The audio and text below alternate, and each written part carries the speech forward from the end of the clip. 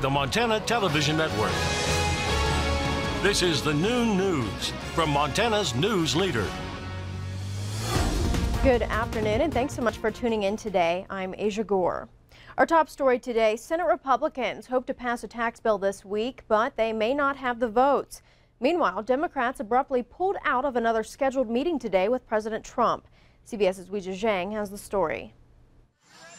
President Trump attends lunch with Senate Republicans today as he personally lobbies them to pass a tax reform bill. I think it's going to benefit everybody. GOP leaders want to get a deal done this week and are working to secure the votes. They held an event this morning highlighting the importance of tax reform for small businesses. Every small business group I can think of is on board for this comprehensive tax reform. Small business may be a sticking point to getting the bill passed. Senators Ron Johnson of Wisconsin and Steve Daines of Montana have said they will not vote for the bill in its current form because it favors big corporations over small business owners. Both Johnson and Daines say they are open to changes that will win their votes, but Republican leaders have to make sure any changes they make don't alienate other senators. The GOP can afford to lose only 2 votes. At least 7 Republican senators have not said how they'll vote. My concern has been some of the phase-outs and whatnot, gimmicks that typically, come into a bill like this. The Congressional Budget Office projects the bill will add $1.4 trillion to the deficit. Republicans are considering a trigger that automatically increases taxes if the bill fails to generate as much revenue as expected. Weijia Zhang, CBS News, Capitol Hill.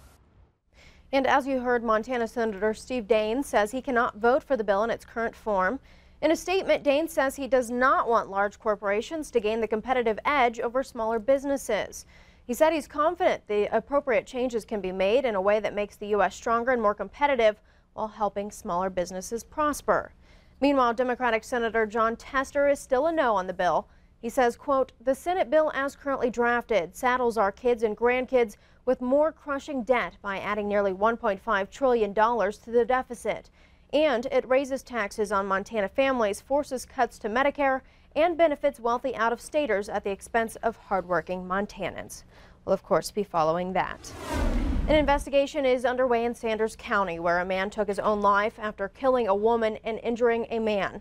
The shooting happened Saturday evening at a home outside Trout Creek. Dispatchers received reports that 2 people had been shot. Deputies found a woman dead at the home and a man was transported to the hospital with a gunshot wound. The sheriff reports the suspect fled the scene when sheriff's deputies arrived, and he was later found dead nearby with a gunshot wound. No names have been released. The investigation is ongoing. One of 2 suspects in the 2015 murder of a Billings man pleads guilty to a lesser crime, while the other suspect heads to trial. 30-year-old Garrett Crandall recently pleaded guilty in Yellowstone County District Court to robbery. The plea agreement dismisses the murder charge against Crandall, effectively pinning the victim's death on Ross Brashears. Clinton Oldbull was shot and killed in October of 2015. Prosecutors say Brashears went to the home on North 24th Street with the intent to rob Oldbull. Crandall admits he went along to help commit the crime and drove the getaway vehicle. But witnesses told authorities Crandall was the one to pull the trigger. The case was put on hold for some time as Crandall was sent to the state hospital for treatment of mental illness, but he was returned to jail after a hospital employee testified that Crandall may have been exaggerating. Now, prosecutors plan to recommend Crandall be sentenced to 20 years at the state hospital. Brashears will be tried for the murder in February. As more victims of sexual assault come forward with their stories, a Northwest Montana group called Missoula Rise wants to keep the conversation going. There is a lot of dissent, there's a lot of conflict, there's a lot of violence in our world right now, and our goal is to get people face to face to have conversations so that we can all grow and develop in our critical consciousness. The group discusses issues like toxic masculinity, sexual violence in the minority communities, and workplace conflicts. The groups aim to give victims a voice. I'm hoping that people will feel more comfortable sharing their experiences and feel as though that they can actually talk about what has happened to them. And I think it's important to have people talk about their experiences so that it inspires other people to come forward. Missoula Rise hopes to have a community conversation once a month. Montana is one of 11 states with a single area code, and according to the Public Service Commission, we will stay the 406 for many years to come. In a press release issued today, the PSC said the expected exhaustion date of our single area code has been extended as far out as 2031. Population increases and a boom in cell phone subscriptions will someday overlap and necessitate an additional area code. But the PSC says it's enforced mandatory number pooling, which prevents telecommunication carriers from withholding unused numbers. Now today, Montana has 1 million cell phone subscribers and 400,000 landline users.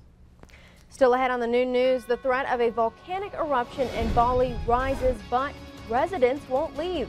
We'll tell you why next. But first, that has our weather forecast. Stay tuned.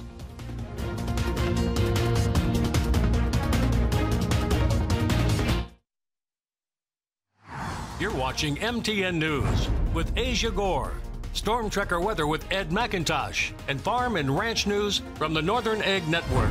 This is the